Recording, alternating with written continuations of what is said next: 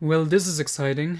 So, I just finished reading the entire Rob McGregor Indiana Jones novel run. That's 6 books, and they take place from 1922 till 1929. And now, after those 6 books, Rob McGregor was finished, and we got a new author coming in with only 2 books. And this is Martin Caidin. Both of his novels take place in the year 1930. But I'm only going to talk about the first one, Indiana Jones and the Sky Pirates. Where do I begin with this one? I was curious how this is going to be because the Rob McGregor series, it's a series. 6 books and they are all clearly connected. Plot elements get brought back, characters get brought back, and all that stuff. And that's fun. Continuity. And this book, the biggest positive, this book stays in continuity.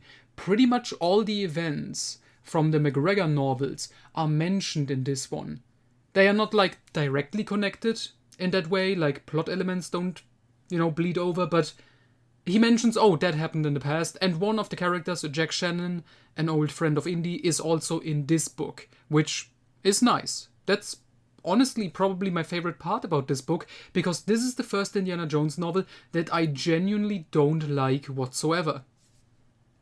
Let me be just completely blunt, this book is boring as fuck. Well, I remember barely anything about it. The main plot is Indiana Jones, for some reason, is working with the government. And because there have been sightings of essentially UFOs, and they want to catch the people who control them. What's going on there? So Indy is assembling a team, a wacky team of different characters. A woman, a French pervert, some weird British guy, and some other people. I don't even remember. And yeah, they're trying to, take these sky pirates out. Or maybe they are the sky pirates. I don't know. The plot is bullshit. It reminds me, because after this book I read one of the John Gardner James Bond continuation novels, which are trash, by the way. And this book feels like a repurposed John Gardner James Bond book. This doesn't feel like Indiana Jones whatsoever. There is no archaeology or anything in this. I guess there's adventuring because it's like an adventure, but it's so bad. And it's so different from what we had before. The only archaeological aspect in this is that apparently Indy made fake artifacts and they smuggled that into the hands of the people who made these UFOs. For what reason, I couldn't tell you because I can't remember.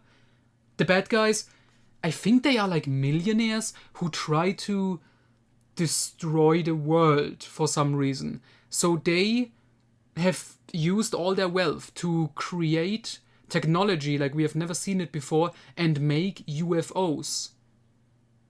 And they want people to believe it's actually aliens attacking and destroying the world so that the people of Earth start to work together, because these millionaires also know that a new world war is inevitable, I guess.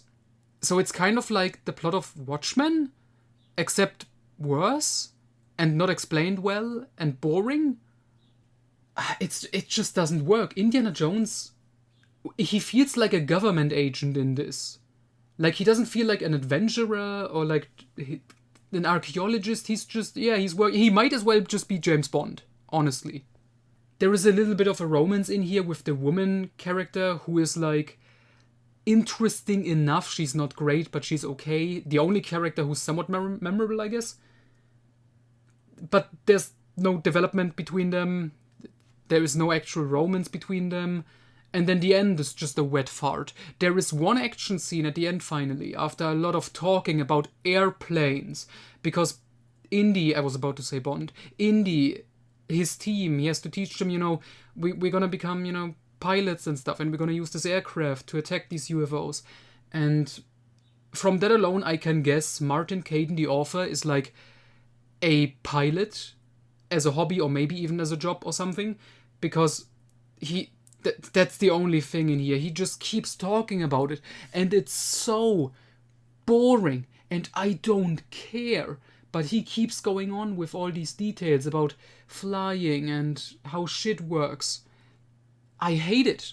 I simply hate it. And the end, it's so rushed. Like all the endings of the books, the Rob McGregor ones even, feel kind of rushed a little bit. I talked about that in the reviews. But this ending, I was 3 pages away from the end, and we were still right in the middle of the big climax action scene. And I was like, are pages missing from my copy? There's no way this can end. Like, there's so much left to do. But no, it just ends mid-action scene, basically. It's like, okay, there was the action scene, and then I guess the enemy was defeated in a quick sentence, and then that's just the end. Like, straight cut to credits, essentially.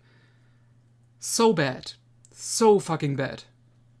So would I recommend you read Indiana Jones and the Sky Pirates by Martin Caidin? Absolutely fucking not.